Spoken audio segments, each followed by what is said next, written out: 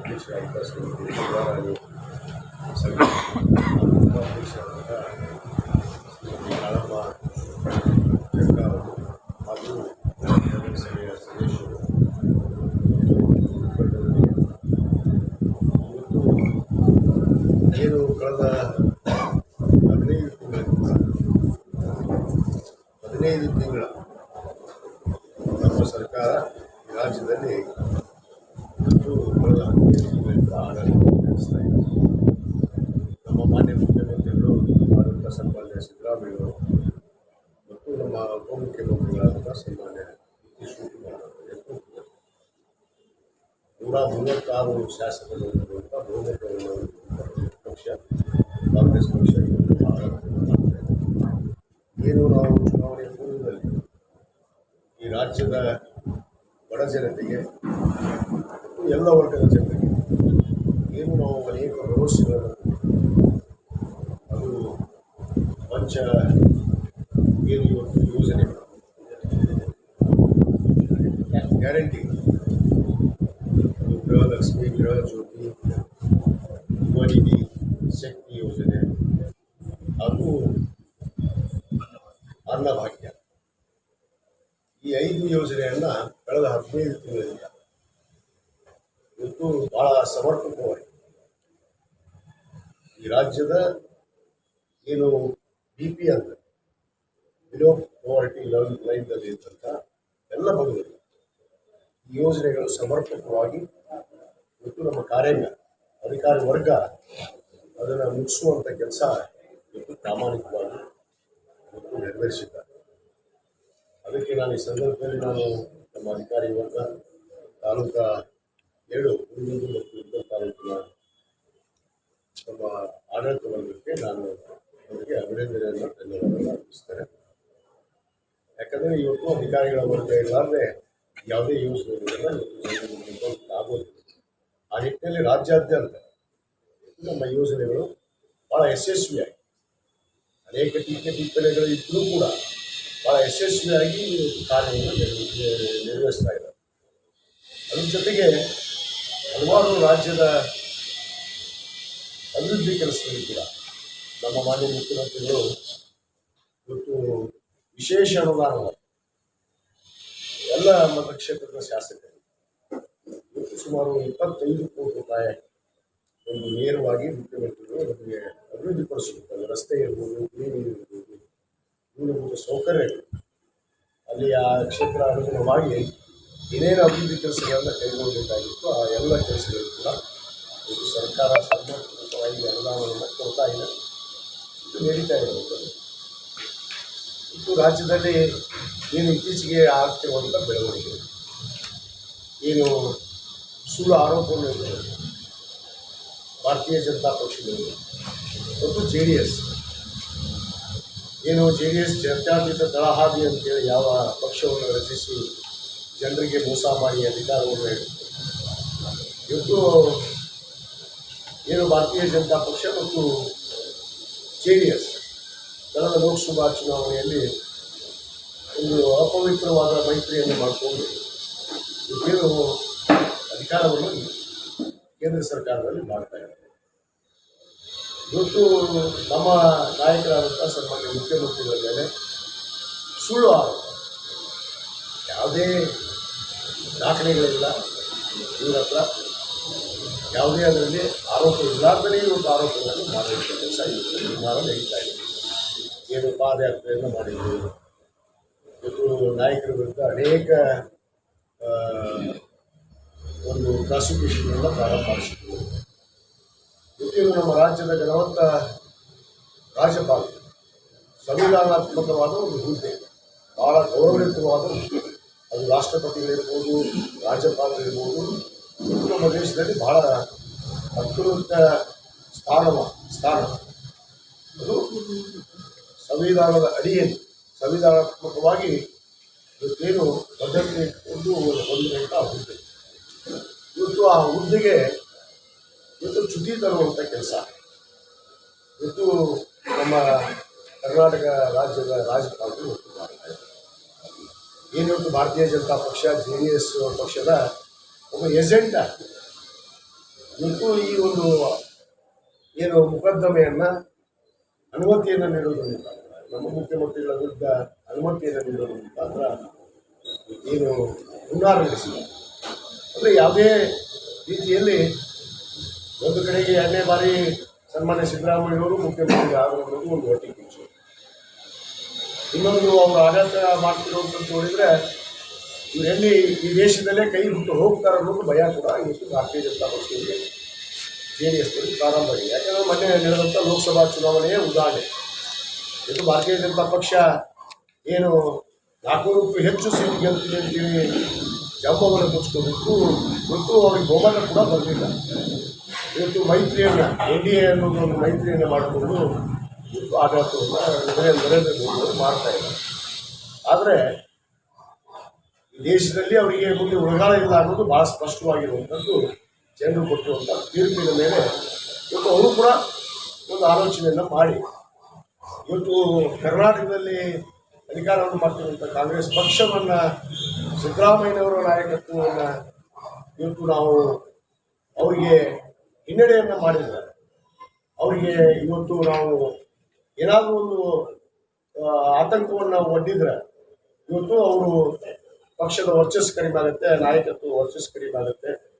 ಯಾಕಂದರೆ 2ನೇ ಬಾರಿ ಮುಖ್ಯಮಂತ್ರಿ ಆಗಿಬಿಟ್ಟು ಅನ್ನೋ ಒಂದೇ ಒಂದು ಉದ್ದೇಶದಿಂದ ಇವತ್ತು ಈ ರಾಜ್ಯದಲ್ಲಿ ಭಾರತೀಯ ಜನತಾ ಪಕ್ಷದವರು ಉದ್ದೇಶಪೂರ್ವಕವಾಗಿ ನಾವು ಎಲ್ಲ ತನಿಖೆಗೂ ಸಿದ್ಧದೀವಿ, ಯಾವುದೇ ತನಿಖೆ ಕೂಡ ನಾವು ಇಲ್ಲ ಅಂತ ಹೇಳ್ತಾ ಇದ್ದೀವಿ. ಆದರೆ ಒಂದು ಸಂವಿಧಾನಾತ್ಮಕವಾದ ಹುದ್ದೆಯನ್ನು ಪಡೆದ ಮೇಲೆ ಪೌರಾಣಿಕ ರಾಜ್ಯಪಾಲರು ಈ ರೀತಿ ಒಂದು ಪಕ್ಷದ ಏಜೆಂಟರಾಗಿ ವರ್ತನೆ ಮಾಡಿದ್ದು ತಪ್ಪು, ಖಂಡಿಸ್ತೇನೆ ನಾನು. ಈಗಾಗಲೇ ಅದಕ್ಕೆ ನ್ಯಾಯಾಲಯ ಕೂಡ ಉಚ್ಚ ನ್ಯಾಯಾಲಯ ಇವತ್ತು ಇದೇ ತಿಂಗಳು 29ಕ್ಕೆ ಅದರ ಮರು ಪರಿಶೀಲನೆ ಚರ್ಚೆ ಕೂಡ ಇಟ್ಕೊಂಡಿದ್ದಾರೆ. ಅದು ಮುಂದೆ ನ್ಯಾಯಾಲಯವಾಗಿ ಹೋರಾಟವನ್ನು ಕೂಡ ಮಾಡ್ತೀವಿ. ಆದರೆ ಇವತ್ತು ರಾಜ್ಯದಲ್ಲಿ ಈ ರೀತಿ ಬೆಳವಣಿಗೆಗಳು ಆಗ್ತವೆ. ಯಾಕಂದರೆ ಒಂದು ಸರ್ಕಾರ ಅಸ್ತಿತ್ವ ಭಾಳ ಸ್ಪಷ್ಟ ಬಹುಮತದಿಂದ ನಾವು ಸರ್ಕಾರವನ್ನು ಮಾಡಿದ್ದೀವಿ. ಇವತ್ತು ಇವ್ರ ಥರ ನಾವು ಭಾರತೀಯ ಜನತಾ ಪಕ್ಷದವರ ಥರ ಈ ರಾಜ್ಯದಲ್ಲಿ 3 ಬಾರಿ ಸರ್ಕಾರ ಮಾಡಿದ್ರು ಕೂಡ ಹಿಂಭಾಗದಿಂದ ಮಾಡಿದ್ರು. ಯಾವತ್ತೂ ಈ ರಾಜ್ಯದ ಜನತೆಯವರಿಗೆ ಸ್ಪಷ್ಟ ಬಹುಮತವನ್ನು ನೀಡಿಲ್ಲ. ಎಲ್ಲಿ ನೀಡಿದ್ದಾರೆ? ಯಾವತ್ತೂ ಕೂಡ ಈ 120 ಸೀಟು 130 ಸೀಟು ಗೆಲ್ಲಿಸುವಂಥ ಕಾರ್ಯ ಆಗಿದೆ. ಕಳೆದ ಬಾರಿ 4 ವರ್ಷ 2018ರಿಂದ 23ರಲ್ಲಿ ಏನು ಇವತ್ತು ನಮ್ಮ ಸರ್ಕಾರವನ್ನು ಅಸ್ತಿತ್ವಗೊಳಿಸಿ ಇವತ್ತು ನಮ್ಮ ಶಾಸಕರನ್ನೇ ಖರೀದಿ ಮಾಡಿ ಆವಿಷ್ಯವಾಗಿ ಖರೀದಿ ಮಾಡಿ ಸರ್ಕಾರವನ್ನು 4 ವರ್ಷ ಆಡಳಿತವನ್ನು ಮಾಡಿದ್ರು. 4 ವರ್ಷ ಆಡಳಿತವನ್ನು ಯಾವ ರೀತಿ ಕೊಟ್ಟರು ಈ ರಾಜ್ಯದ ಜನತೆ ನೋಡಿ ಬೇಸತ್ತೆ ಇವತ್ತು ಕಾಂಗ್ರೆಸ್ಗೆ ಅಧಿಕಾರಕ್ಕೆ ತಂದಿದೆ. ಯಾಕಂದರೆ ಯಾವುದೇ ಸಂದರ್ಭದಲ್ಲಿ ಕೂಡ ತೆಗೆದುಕೊಂಡು ಯಡಿಯೂರಪ್ಪನವರು ಮುಖ್ಯಮಂತ್ರಿ ಆದರು. ಸ್ವತಃ ಮುಖ್ಯಮಂತ್ರಿ ಇದ್ದಾಗಲೇ ಇವತ್ತು ಯಡಿಯೂರಪ್ಪ ಅವರು ಆರೋಪವನ್ನು ಹೊತ್ತು ಜೈಲಿಗೆ ಹೋದರು. 14 ದಿವಸ ಜೈಲು ವಾಸವನ್ನು ಅನುಭವಿಸಿ ಬಂದರು. ಇವತ್ತು ಅನೇಕ ಸಚಿವರು ಜನಾರ್ದನ್ ರೆಡ್ಡಿ ಆಗಿ ಶ್ರೀರಾಮುಲು ಇರ್ಬೋದು, ಅನೇಕ ಜನ ಸಚಿವರು ನಿಮಗೆ ಗೊತ್ತಿದೆ ಏನೋ ಇವತ್ತು ಜೈಲನ್ನು ಕಂಡು ಬಂದರು. ಮತ್ತೆ ಭ್ರಷ್ಟಾಚಾರದ ಆರೋಪವನ್ನು ಹೊತ್ತಿದ್ದಾರೆ. ಯಾಕಂದರೆ ಇವರಲ್ಲಿ ಇದೆ ಭ್ರಷ್ಟಾಚಾರ ಮಾಡುವಂಥದ್ದು. ಏನು ಈಶ್ವರಪ್ಪನವ್ರದ್ದು ಏನಾಯಿತು? ಹಿಂದಿನ ಸರ್ಕಾರದಲ್ಲಿ ಏನು ಹೆಸರು ಹೆಗ್ಗಳಿಕೆಯನ್ನು ಪಡೆದು 40% ಸರ್ಕಾರ ಅಂತ ಹೆಗ್ಗಳಿಕೆಯನ್ನು ಪಡೆದು ಇಷ್ಟೆಲ್ಲ ಪಡೆದು ನಾಚಿಕೆ ಇಲ್ಲಾರ್ದೇ ಇನ್ನೊಬ್ಬರ ಮೇಲೆ ಬರಲು ಮಾಡೋದು ತೋರಿಸುವಂಥದ್ದು ತಪ್ಪು. ಈ ರೀತಿ ಬೆಳವಣಿಗೆ ರಾಜಕಾರಣದಲ್ಲಿ ಸರಿಯಲ್ಲ. ಇದನ್ನು ನಾನು ಖಂಡಿಸ್ತೇನೆ. ಇದಕ್ಕೆ ನಾವು ಉತ್ತರವನ್ನು ಕೂಡ ಕೊಟ್ಟಿದ್ದೇವೆ, ಪಾದಯಾತ್ರೆ ಕೂಡ ಮಾಡಿದ್ದೇವೆ, ಇವತ್ತು ಸಮಾವೇಶ ಕೂಡ ಮಾಡಿದ್ದೀವಿ, ನ್ಯಾಯಾಂಗ ಹೋರಾಟ ಕೂಡ ನಾವು ಮಾಡ್ತೀವಿ. ನಮಗೆ ಬಹಳಷ್ಟು ಸಂಪೂರ್ಣವಾದ ವಿಶ್ವಾಸ ನಮ್ಮ ನಾಯಕರ ಮೇಲಿದೆ. ನಮ್ಮ ಮುಖ್ಯಮಂತ್ರಿಗಳಂಥ ಸಿದ್ದರಾಮಯ್ಯನವ್ರ ಮೇಲೆ, DK ಶಿವಕುಮಾರ್ ಮೇಲೆ 5 ವರ್ಷಗಳ ಕಾಲ ಈ ರಾಜ್ಯದಲ್ಲಿ ನಾವೇನು 136 ಶಾಸಕರು ಇವತ್ತು ನಮ್ಮ ಮುಖ್ಯಮಂತ್ರಿಗಳಂಥ ಸನ್ಮಾನ್ಯ ಸಿದ್ದರಾಮಯ್ಯವ್ರ ಜೊತೆಗಿದ್ದೀವಿ, ಸರ್ಕಾರದ ಜೊತೆಗಿದ್ದೀವಿ. ಯಾವುದೇ ಕಾರಣಕ್ಕೂ ಕೂಡ ಈ ಸರ್ಕಾರವನ್ನು ಇವರು ಅಲ್ಲಾಡಿಸೋಕ್ಕಾಗೋದಿಲ್ಲ ಅನ್ನೋ ಮಾತನ್ನು ಭಾಳ ಸ್ಪಷ್ಟವಾಗಿ ನಾನು ಈ ಸಂದರ್ಭದಲ್ಲಿ ಇವತ್ತು ಅವರಿಗೆ ನಮ್ಮ ಮುಖಾಂತರ ಕೊಡ್ತಾ ಇವತ್ತು ಸ್ಥಳೀಯವಾಗಿ ಗುರುವನ್ ಮತಕ್ಷೇತ್ರಕ್ಕೆ ಬಂದರೆ ಇದು ಅಭಿವೃದ್ಧಿ ಆಗಿಲ್ಲ, ಯಾವುದೇ ರಾಜ್ಯದಲ್ಲಿ ಅಭಿವೃದ್ಧಿ ಇಲ್ಲ. ಬರೀ 5 ಗ್ಯಾರಂಟಿಗಳನ್ನು ಕೊಟ್ಟು ಜನರಿಗೆ ಅಭಿವೃದ್ಧಿ ಮಾಡೋಕ್ಕಾಗಿಲ್ಲ, ಕೆಲಸಗಳು ನಡೆದಿಲ್ಲ ಅನ್ನೋ ಆರೋಪ ಕೆಲವಷ್ಟು ಸ್ಥಳೀಯ ನಾಯಕರು ಮಾಡ್ತಾರೆ. ಅದಕ್ಕೆ ಹೇಳ್ತಾರೆ ಒಂದು ಮಾತು, ಗೊಬ್ಬರ ನಾಯಿ ಕಚ್ಚಲ್ಲ, ಕಚ್ಚ ನಾಯಿ ಗೊಬ್ಬರ. ಇವರು ಬೊಗಳೇ ದಾಸರು. ಭಾರತೀಯ ಜನತಾ ಪಕ್ಷದವರು ಏನಂದ್ರೆ ಬೊಗಳದ ಒಂದೇ ಒಂದು ಕರ್ತವ್ಯ. ಬಹಳಷ್ಟು ನಾಯಿ ಬೊಗಳಾಗತ್ತಿರ್ತಾವ ಈಗ ನಮ್ಮ ತಾಲೂಕಿಗೆ. ಸಣ್ಣ ನಾಯಿ ಸರಿ ಚಲೋ ಮಾಡ್ಯಾವ ಅಂದ್ರೆ ಅವರು ಯಾವ ಹಿರಿಯ ನಾಯಿ ಏನು ಮಾಡುತ್ತಾ ಆ ಥರ ಈ ಸಣ್ಣ ನಾಯಿನೂ ಬೊಗಳಾಗ್ತದೆ. ಏನೋ ದೊಡ್ಡ ಸಾಧನೆ ಮಾಡಬೇಕು, ಏನು ಅಭಿವೃದ್ಧಿ ಮಾಡದೆ ಅಂತ ಹೇಳಿ ಹೇಳ್ತಾರೆ. ನಾನು ಹಲವಾರು ಸಾರಿ ಅವ್ರಿಗೆ ಬಹಿರಂಗ ರೀತಿ ಕರೆದಿದ್ದೀನಿ. ಅವ್ರಿಗೆ ನಾಚಿಕೆ ಮಾನ ಮರ್ಯಾದೆ ಅನ್ನೋದು ಏನಾದರೂ ಒಂದು ವೈಯಕ್ತಿಕ ಆತ್ಮ ಸಾಕ್ಷಿಯಾಗಿ ಅವ್ರಿಗೆ ಏನಾದರೂ ಹೋಗಿದ್ರೆ ಅವ್ರಿಗೆ ಇವತ್ತು ಕೂಡ ಸಿಗ್ತದೆ. ಇನ್ನೂ ಮತ್ತೊಮ್ಮೆ ಆಹ್ವಾನ ಕೊಡ್ತೀನಿ, ನಾನೇ ವೇದಿಕೆ ಆಗ್ತದೆ. ದಾಖಲೆ ಸಮತೆ ಕ್ಷೇತ್ರದಲ್ಲಿ ಬರಬೇಕು. 3 ಬಾರಿ ಶಾಸಕ ಅನ್ನೋದು ಬರೀ ಮಾತಾಡೋದ್ರಲ್ಲ, 3 ಬಾರಿ ಏನು ಮಾಡಿದ್ವಿ. ನಾನು 1 ಬಾರಿ 2013ರಿಂದ 2018ರವರೆಗೆ ನಡೆದಂಥ ಶಾಸಕರಿದ್ದಂಥ ಸಂದರ್ಭದಲ್ಲಿ ನಮ್ಮ ಮುಖ್ಯಮಂತ್ರಿಗಳಾದ ಸಿದ್ದರಾಮಯ್ಯನವರು 5 ವರ್ಷ ಈ ರಾಜ್ಯದಲ್ಲಿ ಒಂದು ಕಪ್ಪು ಚುಕ್ಕಿಯಿಂದ ಆಡಳಿತ ನಮಗೆಲ್ಲ ಗೊತ್ತಿಲ್ಲ. ಈ ಮತಕ್ಷೇತ್ರದ ಎಷ್ಟು ಅಭಿವೃದ್ಧಿ ಆಯಿತು. ನೀರಾವರಿ ಆಗಿರ್ಬೋದು, ರಸ್ತೆಗಳಾಗಿರ್ಬೋದು, ಕುಡಿ ನೀರಿನ ಯೋಜನೆಗಳು. ಇಲ್ಕಲ್ ನಗರಕ್ಕೆ 24 ತಾಸು ಕುಡಿ ನೀರು ಆಗಿದ್ದು ನಾನು ಶಾಸಕರಿದ್ದಾಗಲೇ 2013ರಲ್ಲೇ ನಾನು ಯೋಜನೆಯನ್ನು ಪ್ರಾರಂಭ ಮಾಡಿದೆ. ಅದನ್ನೂ ನಾನು ಮಾಡಿದೆ, ನೀರಾವರಿನೂ ನಾನು ಮಾಡಿದೆ ಅನ್ನೋದು. ಈಗ ನಾನು ಅದಕ್ಕೆ ಹೇಳ್ತಿರ್ತೀನಿ ಅವ್ರಿಗೆ ಪದೇ ನೀವು ಎಲ್ಲಿ ಹುಟ್ಟಿದ್ರಿ, ಎಲ್ಲಿಂತ್ರ ಬಂದ್ರಿ, ಮಾತೆಂತೀರಿ ನಾನು ಗೌಡ. ಮೊನ್ನೆ ಅವರು ಒಪ್ಕೊಂಡ್ರಲ್ಲ, ಹೌದು ನಾನು ಲೆಕ್ಕೇಳ ಗೌಡ. ಲೆಕ್ಕೇಳದಲ್ಲಿ ಹೋಗಿ ಕಿಸಿಯೋ ಇಲ್ಲೇನು ಕಿಸಿದ್ದಿ ನನ್ನ ಮುಂದೆ ಇನ್ನು ಕಿಸ್ರಿ ಇಲ್ಲಾರು ಕೇಳೋರಲ್ಲ. ಇನ್ನೂ ಒಪ್ಕೊಂಡು ಎಲ್ಲ ಹೋಗಿ ಕಿಸಿಯಲ್ಲಿ ಮನೆ ಸದ್ಯ ಎಲ್ಲಿ ಮಾಡ್ಕೊಂಡ್ರೆ ಗೊತ್ತೈತಿ ನಿಮ್ಗೆ. ಮೈಸೂರು ತಾಲೂಕಿನಾಗ ಅಲ್ಲಿ ಒಂದು ಮನೆ, ಅಲ್ಲಿ ಹೋಗಿ ವಸ್ತಿ ಅವ್ರದ್ದು ಇಲ್ಲಿ ಇರೋದಿಲ್ಲ, ಹೋಗಿ ನೋಡ್ಬೇಕು ಮನೆಯಾಗ ಇರ್ತಾರೆ. ಅದಕ್ಕೆ ಸುಮ್ಮನೆ ಮಾತಾಡುವಂಥದ್ದಲ್ಲ, ಏನು ಮಾಡಿದ್ರಿ ದಾಖಲೆ ಸರಿಯಲ್ಲ. ಇವತ್ತು ನಾವು ಹೇಳ್ತೀವಿ, ದಾಖಲೆ ಹೇಳ್ತೀವಿ. ಏನು ಈ 15 ತಿಂಗಳಲ್ಲಿ ಈ ಕ್ಷೇತ್ರಕ್ಕೆ ಏನು ಮಾಡಿದ್ದೀನಿ ಅನ್ನೋದು ನಾವು ಬಿಚ್ಚಿಡ್ತೀವಿ. ಬರ್ರಿ ಕಂಠಿ ಸರ್ಕಲ್ಗೆ SR ಕಂಠಿಯವರು ಬರ್ರಿ, ನಾನು 2 ವೇದಿಕೆ ಕಟ್ಟಿದ್ದೀನಿ. ನೀವು ನಿಮ್ಮ ದಾಖಲೆಗಳನ್ನು ತಗೊಂಡು ಆ ಕಡೆ ಕುಂದಿಸಿ, ನಡಬರ್ಕೊಂದು ಮಧ್ಯರ ತಂಡವನ್ನು ಕುಂದಿಸೋಣ, ಪರಿಶೀಲನೆ ಮಾಡಿ ಅವರು ನಮಗೆ ಯಾರು ಎಷ್ಟು ಕೆಲಸ ಮಾಡಿದ್ರು ಅವರೇ ಕೊಡಲಿ ತೀರ್ಪು. ನಾವು ಒಂದು ಕಡೆ ಕುಂತು ನಾವು ಹೇಳ್ತೀವಿ. ಅದನ್ನು ಬಿಟ್ಟು ಬೊಗಳೋದು ಅಸಹ್ಯ, ಒದರುತ್ತೆ. ಆಮೇಲೆ ನಾನು ಹೇಳ್ತೀನಿ ಪದೇ ಗೋಲ್ ನಿಂತಿಲ್ಲ ಅಂತೇಳಿ. ಗೋಲ್ ನಿಂತೇ ಇಲ್ಲ ಮಾತಾಡುತ್ತೆ, ಗೋಲ್ ನಿಂತಿಲ್ಲ, ಆ ಕಡೆ ಈ ಕಡೆ ಅಲ್ಲಾಡಿಸ್ತೀನಿ. ಇದು ಬಿಡು. ಅದಕ್ಕೆ ಹೇಳಿದ್ದು, ನೀನು ಶಾಲೆ ಆಗಿದ್ದ ನಾನು ಯಾಕೆ ದಡ್ಡ ಅಂತಿದ್ರೆ, ಶಾಲೆ ಆಗಿದ್ದು ಕ್ಷೇತ್ರ ಅಭಿವೃದ್ಧಿ ಮಾಡ್ತೀನಿ. ಈ ಜನರ ಮೇಲೆ ಕಳಕಳಿ ಇತ್ತು. 3 ಬಾರಿ ನನಗೆ ಗೆಲ್ಲಿಸ್ಬಿಟ್ರು ಈ ಕ್ಷೇತ್ರದವರು. ನಾನು ಕರ್ಕೊಂಡು ಬಂದು ನೀನು ಕರ್ಕೊಂಡು ಬಂದಿಲ್ಲ, ಓಡಿ ಬಂದಿ ಬಗಲಾ ಸೀರೆ ಇಟ್ಕೊಂಡು ಓಡಿ ಬಂದಿ. ಆಗೋದು ಕಡೆ ಹೆಂಗಾಗಿ ಶಾಸಕರು ನನಗೆ ಗೊತ್ತೈತಿ. 2008ರಿಂದ 4ರಿಂದ ಇಲ್ಲಿ ಕ್ಷೇತ್ರ ಇಲ್ಲಿ 3 ಬಾರಿ ಶಾಸಕ ಆಗಿಲ್ಲ. ಹೆಂಗೆ ಆಗಿ ಅನ್ನೋದು ನನಗೆ ಗೊತ್ತು. ನೀ ಪ್ರಾಮಾಣಿಕವಾಗಿ ಗೆದ್ದಿ ಅನ್ನೋದು ನಿನ್ನ ಆತ್ಮಸಾಕ್ಷಿ ಇದ್ರೆ ಮುಟ್ಕೊಂಡು ಕೆಲವಷ್ಟು ನಮ್ಮ ನಾಯಕರನ್ನ ಹಿಡ್ಕೊಂಡು ಅವ್ರನ್ನ ಹಿಡ್ಕೊಂಡು ಹಿಂಬಾಗದಿಂದ ಮಾಡಿ ರಾಜಕಾರಣದಲ್ಲಿ ತಂತ್ರ ಇರ್ತಾವೆ, ಮಾಡಿರ್ಬೋದು. ಆದರೆ 30,000 ಗೆದ್ರೆ ಗಾಳಿಯಲ್ಲಿ ಗೆದ್ದು ಬಿಟ್ಟ, ಏನೋ ಗೆಲ್ಲಿಸ್ಬಿಟ್ರ. ಈ ಮಾತು ಸೂರನ್ನು ಒಪ್ಕೊಂಡಿದ್ದೀಯ, ಒಪ್ಕೊಂಡ ಮೇಲೆ ಒಪ್ಕೊಂಡು ಕೂತ್ಕೊಳ್ತೀವಿ. ಏನು ಅಭಿವೃದ್ಧಿ ಮಾಡಿಲ್ಲ ಅಂತ ಹೇಳ್ತೀನಿ.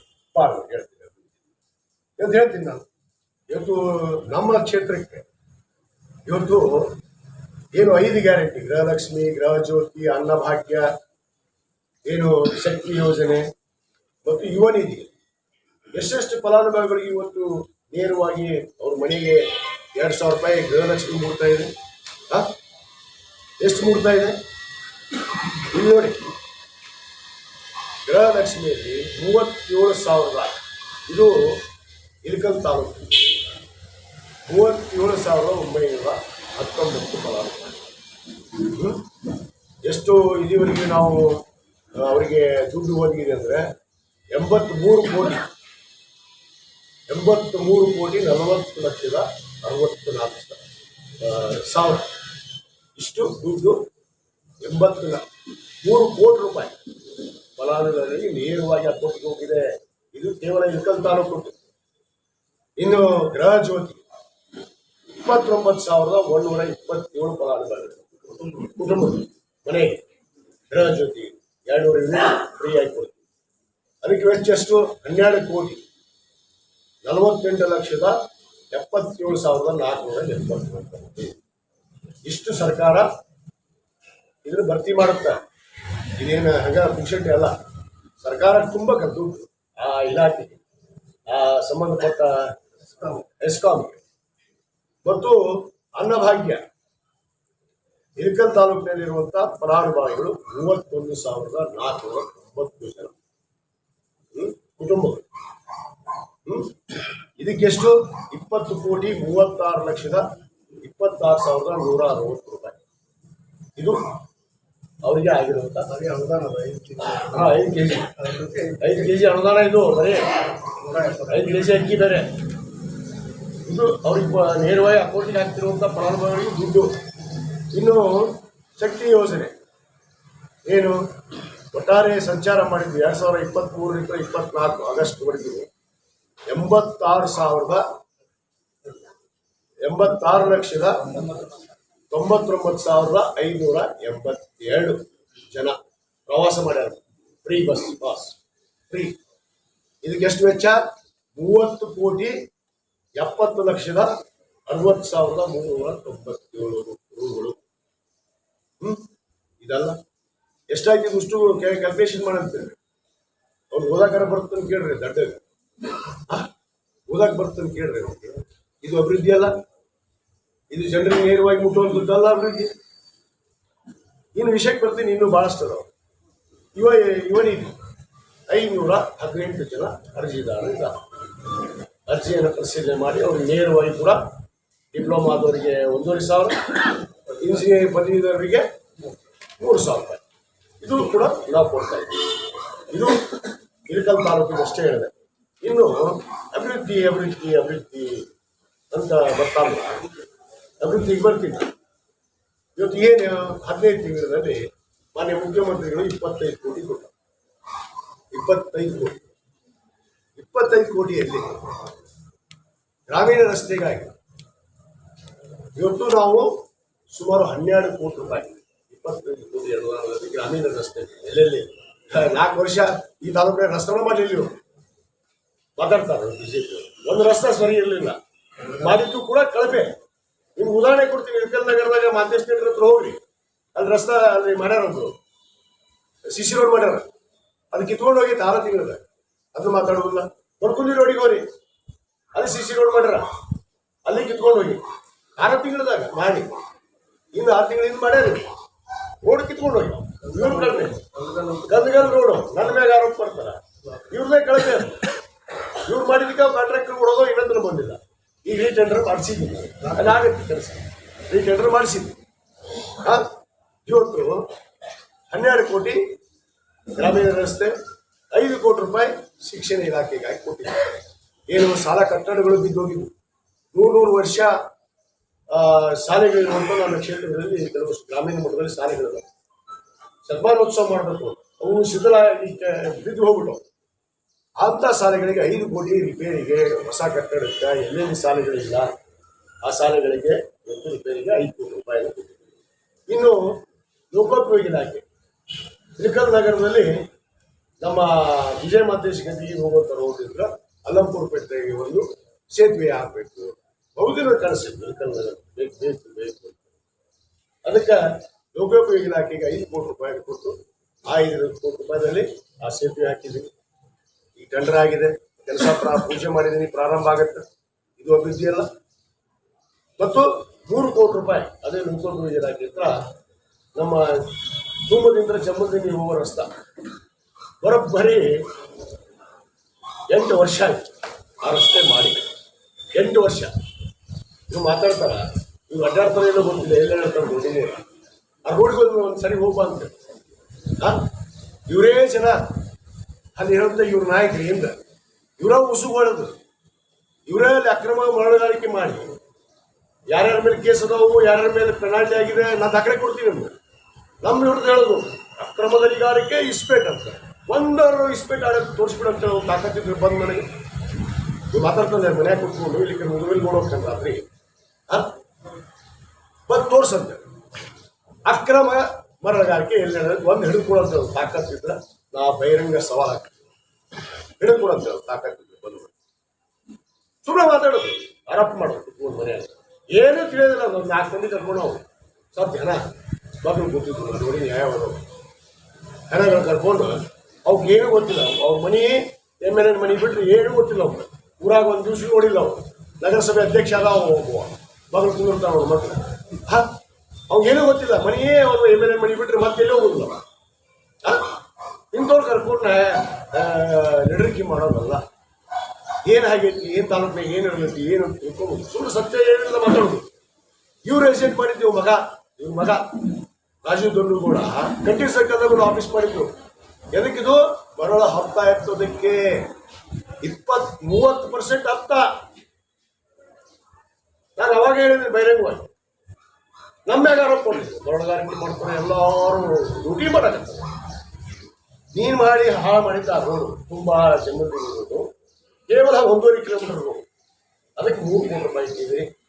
ಇನ್ನು AMF ಫಂಡಲ್ಲಿ ಜಿಲ್ಲಾ ಖನಿಜ ನಿಧಿ 13 ಕೋಟಿ ರೂಪಾಯಿ. ಆಶ್ಚರ್ಯಪಡ್ತೀರಿ ನೀವೆಲ್ಲ. 13 ಕೋಟಿ ರೂಪಾಯಿ ಜಿಲ್ಲಾ ಖನಿಜ ನಿಧಿಯಲ್ಲಿರುವಂಥ ಅನುದಾನವನ್ನು 5 ವರ್ಷ ಬಳಕೆ ಮಾಡಿಲ್ಲ.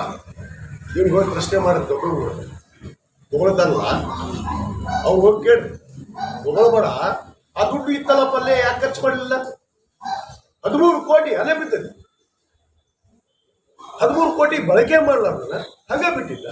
ನಾನು ಬಂದ ತಕ್ಷಣ ಆ ದುಡ್ಡು ತಗೊಂಡು ನಮ್ಮ ಮಕ್ಕಳಿಗೆ, ಪಾಪ ಬಡ ಮಕ್ಕಳಿಗೆ, ವಿದ್ಯಾರ್ಥಿಗಳಿಗೆ, ಸರ್ಕಾರಿ ಶಾಲೆಯನ್ನು ಓದುವಂಥ ಪ್ರಾಥಮಿಕ ಹಂತದಲ್ಲಿ ಪ್ರೌಢ ಹಂತದಲ್ಲಿ ಓದುತ್ತಿರುವಂಥ ವಿದ್ಯಾರ್ಥಿಗಳಿಗೆ ನಾನು 100 ಶಾಲೆಗಳಿಗೆ ಸ್ಮಾರ್ಟ್ ಕ್ಲಾಸ್ ಕೊಟ್ಟೆ. ಅದು 7,48,00,000 ರೂಪಾಯಿ ವೆಚ್ಚದಲ್ಲಿ. ಇನ್ನುಳಿದಂಥ ಅಲ್ಲಿ 3 ಕೋಟಿ ರೂಪಾಯಿಯನ್ನ ಗ್ರಾಮೀಣ ರಸ್ತೆಗೆ ಹಾಕೊಂಡಿದ್ದೀನಿ. ಎಲ್ಲೆಲ್ಲಿ ಬಾಧಿತ ಏರಿಯಾ, ಗಣಿ ಬಾಧಿತ ಏರಿಯಾ ಇದೆ ಅಲ್ಲಿ ಗ್ರಾಮೀಣ ರಸ್ತೆಗಳನ್ನು ಹಾಕೊಂಡಿದ್ದೀನಿ. 13 ಕೋಟಿ ಹಂಗೆ ಇಟ್ಕೊಂಡು ಕೂತಿದ್ದಲ್ಲ ಪುಣ್ಯಾತ್ಮ. ನಿಮ್ಗೆ ನಾಚಿಕೆ ಬರಲಿಲ್ಲ, ಮಾತಾಡ್ತಿಲ್ಲ ಅಭಿವೃದ್ಧಿ ಬಗ್ಗೆ. ಇದು ಅಭಿವೃದ್ಧಿ ಅಲ್ಲ. ಇನ್ನು ಬರ್ತೀನಿ. SSDP PWD 20 ಕೋಟಿ ಅನುದಾನಕ್ಕೆ ತಂದಿದೆ. ಅದು ರಸ್ತೆಗೋಸ್ಕರ, ತಾಲೂಕಿನ ರಸ್ತೆ ಕೆಟ್ಟು ಹೋಗಿ ಅಲ್ಲಿಗೆ ಹೋಗಿದೆ. ಇದು SSDP ಯೋಜನೆ ಅಡಿಯಲ್ಲಿ 20 ಕೋಟಿ. ಮತ್ತು ಅಪೆಂಡಿಕ್ಸ್ E ಅದು ಲೋಕೋಪಯೋಗಿ ಇಲಾಖೆ 25 ಕೋಟಿ ರೂಪಾಯಿ ಕೊಟ್ಟಿದ್ದಾರೆ. ಈಗ ಆ ಕೆಲಸನ ಇವಾಗ ನಾವು ಟೆಂಡರ್ ಮಾಡ್ತಾ ಇದ್ದೀವಿ. 25 ಕೋಟಿ ಅಪೆಂಡಿಕ್ಸ್ E. ಇವನಿಗೆ ಈ ಯೋಜನೆನೇ ಗೊತ್ತಿಲ್ಲ ಇವನಿಗೆ. ಮತ್ತು ಕೃಷ್ಣ ಭಾಗ್ಯ ಜಲ ನಿಗಮ ನಿನ್ನೆ ಮಾತಾಡ್ತಿದ್ವಿ. ರೈತರು ಭಾಳ ಫೋನ್ ಹಚ್ಚಿ ನೀರು ಬಿಡಿಸ್ರಿ ಅಂದ್ರೆ ಅಂತ 4 ವರ್ಷ ಹೊಯ್ಕೊಂಡಿದ್ದೇನೆ ಈ ತಾಲೂಕಿನಾಗ MLA ಆಗಿ. ಒಂದು ಕೆನಾಲ್ ಎತ್ತಿದ್ದೇನ ಪಗನ ಮಗನ. 1 ರೂಪಾಯಿ ತಂದಿಯ ಕೃಷ್ಣ ಭಾಗ್ಯ ಜಲ ನಿಗಮದಿಂದ 1 ರೂಪಾಯಿ ಆದರೂ ತಂದು ಒಂದು ಕೆನಾಲ್ ಎತ್ತಿದ, ಒಂದು ಕೆನಾಲ್ ರಿಪೇರಿ ಮಾಡ್ದ, ನೀರು ಬಿಡಿಸಿದ್ನು. ನಾನು ಬಿಡಿಸಿದ್ ನೀರು 3 ಸಾರಿ. ಪಾಪ ಮೊನ್ನೆ ರೈತರಿಗೆ ನೀರು ಮಳೆ ಇಲ್ಲ, 4 ಸಾರಿ ನೀರು ನಾನು ಬಿಡಿಸಿದ್ದೆ. ಪಾಪ ರೈತರು ಬೆಳೆ ಮೆಣಸಿನಕಾಯಿ ಹಾಕ್ಯಾರ, ತೊಗರಿ ಹಾಕ್ಯಾರ, ಅವ್ರು ಬೆಳೆ ಒಣಗತ್ತ. ಈಗಾಗಲೇ ನೀರು ಬಿಡ್ತಾ ಇದಾರೆ. ಟೆಂಡರ್ ಕರೆದಿದ್ದೀವಿ. KBCನಿಂದ ನಮ್ಮ ಉಪಮುಖ್ಯಮಂತ್ರಿ ಅಂತ ಸನ್ಮಾನ್ಯ DK ಶಿವಕುಮಾರ್ ಅವರು ಇವತ್ತು ನೋಡ್ರಿ ಅದೇ ಕೆನಾಲ್ ಎತ್ತೋದಕ್ಕೆ, ಆ ರಿಪೇರಿ ಮಾಡೋದಕ್ಕೆ ಸುಮಾರು ಕ್ಲೋಸರ್ ಅಂತ ಒಂದು ಯೋಜನೆ ಅಡಿಯಲ್ಲಿ 1,35,00,000 ಕೊಟ್ಟಾರ. ಮತ್ತು ಸ್ಪೆಷಲ್ ರಿಪೇರಿ ಅನುದಾನದಲ್ಲಿ 1,60,00,000 ಕೊಟ್ಟಾರ. ಇವೆಲ್ಲ ಅಭಿವೃದ್ಧಿ. ಇದು ಅನುದಾನ ತಂದು ಈಗಾಗಲೇ ಆ ಕೆನಾಲ್ಗಳು ನೀರು ಹೋಗೋ ಪರಿಸ್ಥಿತಿ ಇದ್ದಿಲ್ಲ, ಎಲ್ಲ ಕ್ರಾಕ್ ಬಿಟ್ಟು ಕೆನಾಲ್. ಇದು 20 ವರ್ಷದಿಂದ ಆದಂಥ ಯೋಜನೆ. ನಾನು ಉಪಮುಖ್ಯಮಂತ್ರಿಗಳಿಗೆ ಮನವಿ ಮಾಡಿಕೊಂಡೆ, ಅವೆಲ್ಲ ಕೆನಾಲ್ಗಳನ್ನು ನವೀಕರಣ ಮಾಡಬೇಕು. ಸುಮಾರು 14,500 ಹೆಕ್ಟೇರ್ ಭೂಮಿಗೆ ನೀರಾವರಿ ಒದಗಿಸ್ಬೇಕು. ಆ ನೀರು ಕಾಲುವೆ ಮುಖಾಂತರ. ಇವ್ರು ಅದರ ಬಗ್ಗೆ ತಲೆ ಕೆಡಿಸ್ಕೊಳ್ಳಿಲ್ಲ. ಈಗ ರೈತರ ಬಗ್ಗೆ ನೀರಿಲ್ಲ, ನೀರು ಬಿಡಿಸಿಲ್ಲ MLA, ನೀರು ಬಿಡಿಸು ದೊಡ್ಡ ಸ್ಕೀಮ್ ಮಾಡ್ತಿದ್ದು. ಮಿಸ್ಟರ್ ದಡ್ಡ 1 ರೂಪಾಯಿ ಉಳಿತ ಕೆಲಸ ಮಾಡಿದ. ಕೆನಲ್ ಹೊಡ್ಕೊಂಡು ಹೋಗಿದ್ವು. ಕೆನಲ್ನಾಗ ಇಷ್ಟು ಛತ್ರ ಕಂಟಿ ಕುಂತಾವು, ಇಷ್ಟು ಛತ್ರ ರಾಡಿ ನಿಂತೈತಿ. ನೋಡಿದ್ಯಾ ಕೆನಲ್? ಮಾತಾಡ್ತೀಯಲ್ಲ ನೀನು ಬೊಗಳಿದ್ರೆ ಇನ್ನ ನಾನು ದೊಡ್ಡ ಬೊಗಳು ತಿಂದಿದ್ದೆ. ಚುನಾಯಿ ತರ ಹುಚ್ಚುಗಳ ತರ ಬೊಗಳಾಕ್ ಹೋಗ್ಬೇಡ. ಬಾಯಿ ಮುಚ್ಚಿದ್ ಭಾಳ ಒಳ್ಳೇದಿಲ್ಲ. ಮೇಲೆ ಅಭಿವೃದ್ಧಿ ನನಗೆ ಕೆಲಸ ಮಾಡೋದು ಗೊತ್ತೈತಿ, ನಿನ್ನಿಂದ ಕಳಿಸ್ಕೋಬೇಕಾಗಿಲ್ಲ. ನಾನು 3 ಸಾರಿ MLA ಆಗಿನ ಡುಬ್ಬಾ ಚಪ್ಪರಿಸ್ಕೊತಿಯಲ್ಲ. ನಾನು ಒಂದು ಸಾರಿ MLA ಆಗಿ ತಂದಂತ 13ರಿಂದ 18ರಲ್ಲಿ ತಂದಂತ ಅನುದಾನ ನೀನು ಅರ್ಧ ಸತಿ ತರಕಾಗಿಲ್ಲ. ಇಲ್ಲಿ 3 ಸಾರಿ MLA ಆದ ಅರ್ಧ ಸತಿ ತಂದಿಲ್ಲ. ಚಾಲೆಂಜ್ ಮಾಡ್ತೀನಿ ಬಾ ಅಂತ ಹೇಳ್ರಿ ಅವ್ರು ತಾಕತ್ತಿದ್ರೆ ಬಹಿರಂಗವಾಗಿ ವೇದಿಕೆ ಚರ್ಚೆಗೆ. ಸುಮ್ಮನೆ ಬಗಳೋದಲ್ಲ, ಕುತ್ಕೊಂಡಲ್ಲಿ ಮಾಧ್ಯಮದವ್ರು ಸಿಕ್ಕ 4 ಮಂದಿ ಕರ್ಕೊಂಡು 4 ಮಂದಿ ಸ್ವಲ್ಪ ಜನಾಂಗ ಕುಂದಿಸ್ಕೊಂಡು ಒಬ್ಬರ ಊರಿನ ಬಗ್ಗೆ, ಒಬ್ಬರ ತಾಲೂಕಿನ ಬಗ್ಗೆ ಚಿಂತನೆ ಮಾಡೋರು, ಅಭಿವೃದ್ಧಿ ಮಾಡೋದಕ್ಕೆ ಚಿಂತನೆ ಮಾಡೋರು ಮಗ್ಳು ಕುಂತಾರ. ಅವ್ರ ಮಗ್ಳು ತೋರಿಸ್ರಿ ಒಂದು ದಿವಸ ಅದು ಚಿಂತನೆ ಮಾಡಿದ್ರು. ನನ್ನ ಮಗ್ಳು ಅದರ ಬರ್ದು ತೋರಿಸ್ತೀನಿ. ದಿನನಿತ್ಯ ಬಡ್ರಿ ಮನೆ ಕೊಡ್ರಿ, ಮನೆ ವಿಷಯಕ್ಕೆ ಬಂದ್ರಿ. ಇದಕ್ಕೆಲ್ಲ ನಗರ ಬರ್ತೀನಿ ನಾವು. 42 ಎಕರೆ ಏನು ಮಾಡಿದೆ, ಇವು ಹಕ್ಕುಪತ್ರ ರೆಡಿ ಇಟ್ಟಿದ್ದೆ. ಸಾಂಕೇತಿಕವಾಗಿ ನಮ್ಮ ಮುಖ್ಯಮಂತ್ರಿ ವಿತರಣೆ ಮಾಡಿದ್ರು, ನಿಲ್ಲಿಸಿದ, ರಾಜಕೀಯ ಮಾಡಿದ. 1500 ಫಲಾನುಭವಿಗಳಿಗೆ ಹಕ್ಕುಪತ್ರ ನೀಡಿದ, ಕೊಡ್ಲಿಲ್ಲ. ಹೋಗ್ಲಿ ಒಂದು ಮನೆಯಾರು ಕಟ್ಟಿಕೊಟ್ಟ. ಪಾಪ ಆಶ್ರಯ ಮನೆ ತಂದು ಈ ತಾಲೂಕಿನಾಗ ಗ್ರಾಮೀಣ ಮಟ್ಟದಲ್ಲಿ ಒಂದು ಮನೆ ಕೊಟ್ಟಿಲ್ಲ. ಭಾರತೀಯ ಜನತಾ ಪಕ್ಷದವ್ರು ಕೊಟ್ಟಿದ್ರು, ನಾಳೆ ಹೋಗೋಣ ಅಂತ ಹೇಳಿದ್ರೆ ಅವ್ರಿಗೆ ಹೇಳ್ತೀನಿ. ಈಗ ತಂದಿದ್ದೀನಿ ನಾನು ಮನೆ ತಾಲೂಕಕ್ಕೆ, ಗ್ರಾಮೀಣಕ್ಕೆ 1500 ಮನೆ, ಹುಡುಗನ ಇಲ್ಕಲಿಗೆ 1500 ಮನೆ. ಇಲ್ಕಲಿಗೆ 1000 ಮನೆ ಕಟ್ತಾ ಇದ್ದೀನಿ ನಾನು ಈಗಾಗಲೇ. ಇಲ್ಕಲ್ಲಲ್ಲಿ 1000 ಮನೆ ಬಡವರಿಗೆ ಕಟ್ತಾ ಇದ್ದೀವಿ, ತಂದಿದ್ದೀವಿ. ಅದು ಪ್ರಾರಂಭ ಕೆಲಸ ಮಾಡಿದ್ವಿ. ಇದು ಅಭಿವೃದ್ಧಿ ಅಲ್ಲ. ಹಕ್ಕುಪತ್ರ ಕೊಟ್ವಿ, ಅದು ಅಭಿವೃದ್ಧಿ ಅಲ್ಲ. ಇನ್ನೂ ಭಾಳ ಬರ್ತೀವಿ. ಇನ್ನು ಇಸ್ಲಾಂಪುರ್ ಕುಡಿ ನೀರಿನ ಸಮಸ್ಯೆ ನಮ್ಮ ತಾಲೂಕು. ಏನು ಬಹು ಕುಡಿ ನೀರಿನ ಯೋಜನೆ ಅದಾವ. ಇಸ್ಲಾಂಪುರ್ ಮಾಡಿದ ಇವನ ಪುಣ್ಯಾತ್ಮ 60 ಹಳ್ಳಿ, ಒಂದು ಹಳ್ಳಿಗೂ ನೀರು ಹೋಗಲಿಲ್ಲ. ಮೊನ್ನೆ ನಾನು MLA ಆದ ತಕ್ಷಣ ಮತ್ತೆ 23ರಲ್ಲಿ ಮೊನ್ನೆ ನಮ್ಮ ಸುರೇಶ್ ಬೈರತ್ತವ್ರ ಹತ್ರ ಮನವಿ ಮಾಡ್ಕೊಂಡೆ, ದಯವಿಟ್ಟು ಆ ಯೋಜನೆಯನ್ನು ನವೀಕರಣ ಮಾಡಬೇಕು, ಬದಲಾವಣೆ ಮಾಡಿರಿ ಅಂತಂದಾಗ ಇಸ್ಲಾಂಪುರ್ ಅಗ್ಮೆಂಟೇಷನ್ 30 LPCD ಇತ್ತು. ಮೊದಲ 30 LPCD ಕೆಪಾಸಿಟಿ ಒಳಗೆ ನೀರು ಕೊಡ್ತಿದ್ವಿ. ಅದನ್ನು 55 LPCD ಏರಿಸಿ 42 ಕೋಟಿ ರೂಪಾಯಿ ಅನುದಾನ ತಂದು ಇವತ್ತು ಆ ಯೋಜನೆಯನ್ನು ಚಾಲೂ ಮಾಡಿದ್ದೀನಿ. ಹೋಗಿ ನೋಡ್ರಿ, ಕೆಲಸ ಚಲೋದವಿಲ್ಲ. ಇದು ಅಭಿವೃದ್ಧಿ ಅಲ್ಲ. ಮತ್ತು 170 ಹಳ್ಳಿಗಳಿಗೆ, ಹುಣಗುಂದ ತಾಲೂಕಿನ 170 ಹಳ್ಳಿ, ಅದು ಬಾಗಲಕೋಟೆ ಮತಕ್ಷೇತ್ರಕ್ಕೆ ಕೆಲವಷ್ಟು ಹಳ್ಳಿಗಳು ಬರ್ತಾವೆ. 175 ಹಳ್ಳಿಗಳಿಗೆ 55 LPCDಯಲ್ಲಿ ವಾಟರ್ ಸಪ್ಲೈ ಮಾಡೋದು. ಎಷ್ಟು ಅದಕ್ಕೆ ದುಡ್ಡು? 135 ಕೋಟಿ ರೂಪಾಯಿ. ಇದು ಕೆಲಸ ಪ್ರಾರಂಭ ಇರೋದು ಮಾತಾಡ್ತಾ ಇದ್ದೀನಿ ನಾನು. ಇದನ್ನ ದಾಖಲೆ ಕೊಡ್ತೀನಿ ಬೇಕಾರೆ. ಯಾವ್ಯಾವ ಮಾತಾಡ್ತಾ ಇದ್ದೀನಿ ನಾನು ದಾಖಲೆಗಳನ್ನು ಒದಗಿಸಕ್ಕೆ ರೆಡಿ ಇದೀನಿ. ಅವ್ನು ತಾಕತ್ತಿದ್ರೆ ತೊಗೊಂಬಾಕ ಜೊತೆ ಬರ್ಬೇಕು ನಾನು ದಾಖಲೆ ಮಾತಾಡಕ. ಸುಮ್ಮನೆ ಬಾಯಿ ಕೊಟ್ಟಿಲ್ಲ ಉಚ್ಚನಾಯಿ ಮೂಡೋದಲ್ಲ, ಕುತ್ಕೊಂಡು ದಾಖಲೆ ಸಮೇತ ಬರ್ಬೇಕು ನಾ ಮಾತಾಡ್ತೀನಿ.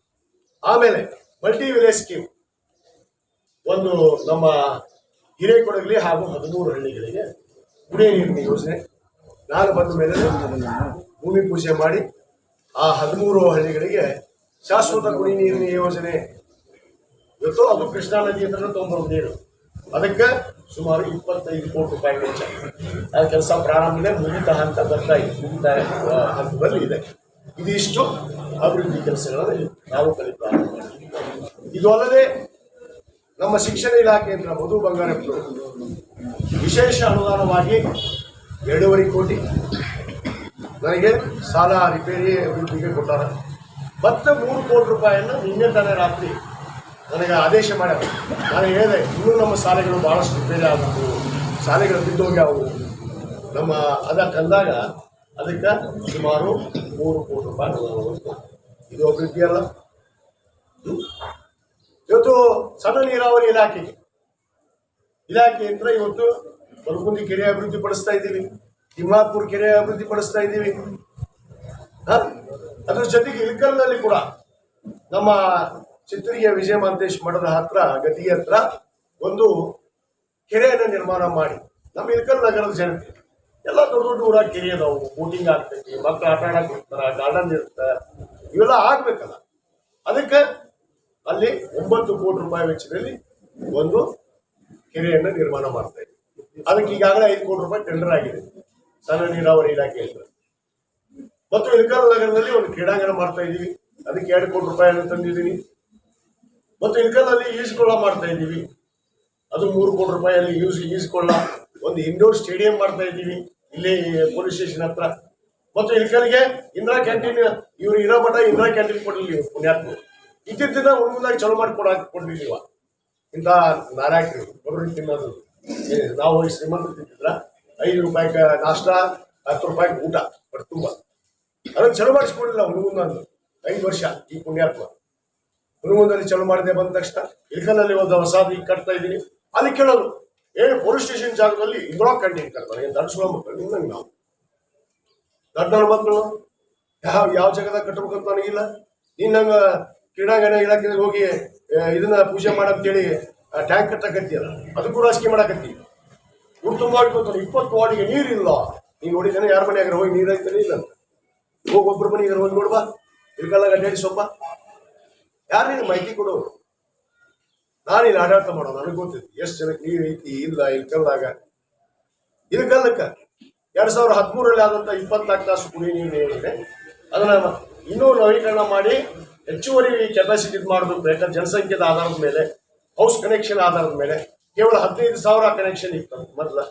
ಈಗ ಇಲ್ಕಲ್ ನಗರ ಬೆಳೆದು ಬಿಟ್ಟೈತಿ ಹೆಮ್ಮರ ಆಗಿ ಅದನ್ನ ಜಾಸ್ತಿ ಮಾಡ್ಬೇಕು ಅಂದಾಗ ಮೊನ್ನೆ ತಾನೆ ಸುಮಾರು 36 ಕೋಟಿ ರೂಪಾಯಿ ವೆಚ್ಚದಲ್ಲಿ ಸನ್ಮಾನ್ಯ ಸುರೇಶ್ ಭಾಯಿ ಅವರಿಗೆ ಪ್ರಸ್ತಾವನೆಯನ್ನು ಕೊಟ್ಟಿದ್ದೀನಿ ಎಸ್ಟಿಮೇಟ್ ಮಾಡಿಸಿ ಇಲ್ಕಲ್ ನಗರಕ್ಕೆ ಮತ್ತೆ 24 ತಾಸು ನೀರು ಸಮರ್ಪಕವಾಗಿ ನೀಡೋದಕ್ಕೆ. ಜನಸಂಖ್ಯೆ ಜಾಸ್ತಿ ಆಗ್ಯಾರ, ಹೌಸ್ ಕನೆಕ್ಷನ್ ಜಾಸ್ತಿ ಆಗಿದ್ದಾವ. ಅದರ ಮೇಲೆ ನಾವು ಯೋಜನೆಗಳನ್ನ ಮತ್ತೆ ನವೀಕರಣ ಮಾಡಬೇಕು, ಅದಕ್ಕೆ ಹೆಚ್ಚಿನ ಒಂದು ಕೆಪಾಸಿಟಿ ಕೆಲಸ ಆಗಬೇಕು. ಅದಕ್ಕೆ ಮಾಡೋದಕ್ಕೆ ಈಗ 36 ಕೋಟಿ ರೂಪಾಯಿ ಅದನ್ನು ಕೂಡ ಕೊಟ್ಟಿದ್ದೀವಿ ಇಲ್ಕಲ್ ನಗರಕ್ಕೆ. ಇವೆಲ್ಲ ಅಲ್ಲ ಅಭಿವೃದ್ಧಿ, ಇದು ಚಿಂತನೆ ಮಾಡಿದ್ದೆ ಒಂದು ದಿವಸ ಆದ್ರೂ ನೀನು ಇಲ್ಕಲ್ ನಗರಕ್ಕೆ ಇದ್ದೆಲ್ಲಪ್ಪ ಇದೆ 23ಕ್ಕೆ ಮತ್ತೆ ನೀರು ಸಮರ್ಪಕವಾಗಿ ಮುಟ್ಸಕ್ಕಾಗಲ್ಲ ಅಂತ ಗೊತ್ತಿತ್ತಲ್ಲ ನಿನಗ. ಒಂದು ಒಂದರ ಪ್ರಸ್ತಾವನೆ ಕಳಿಸಿದ ಸರ್ಕಾರಕ್ಕೆ, ಕಳಿಸಿದ ಅಭಿವೃದ್ಧಿ ಸಿಸ್ಟಮ್ ಕೇಳಿದ ಇಲ್ಲ ಇಲ್ಲ ಇದ್ದಾಗ ಮುಕ್ಕೊಂಡಿದ್ದ ಮಂದಿ ಕೆಲಸ ಮಾಡೋದಕ್ಕಂತಾಗ ಹೊಯ್ಕೊಳ್ಳು. ಇದು ಯಾವನೇ ನೀನು ಹೊಯ್ಕೊಳ್ಳೋದು ಯಾರಿಗೆ ಕೇಳೋದಿಲ್ಲ ತಾಲೂಕಿನಾಗ. ನಾನಿನ್ನ ಪದೇ ಪದೇ ಹುಚ್ಚನಾಯಿಗಳಿಗೆ ಉತ್ತರ ಕೊಡಕ್ಕೆ ಹೋಗೋದಿಲ್ಲ.